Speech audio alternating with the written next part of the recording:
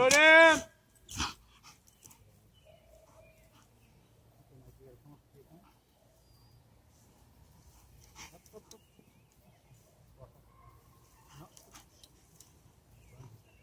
No, it's called.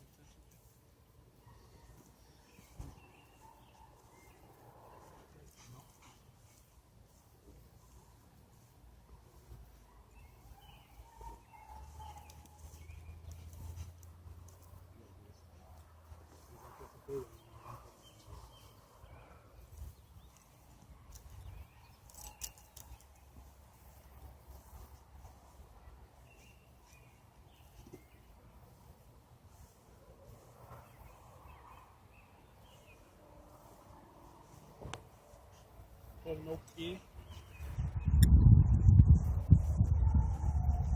Thanks, Michelle.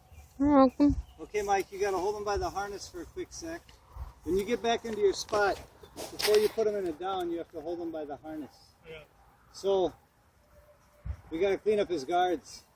Now his placement's all goofy. Okay. So you got to back him up pretty far. We'll do it like a little send with him.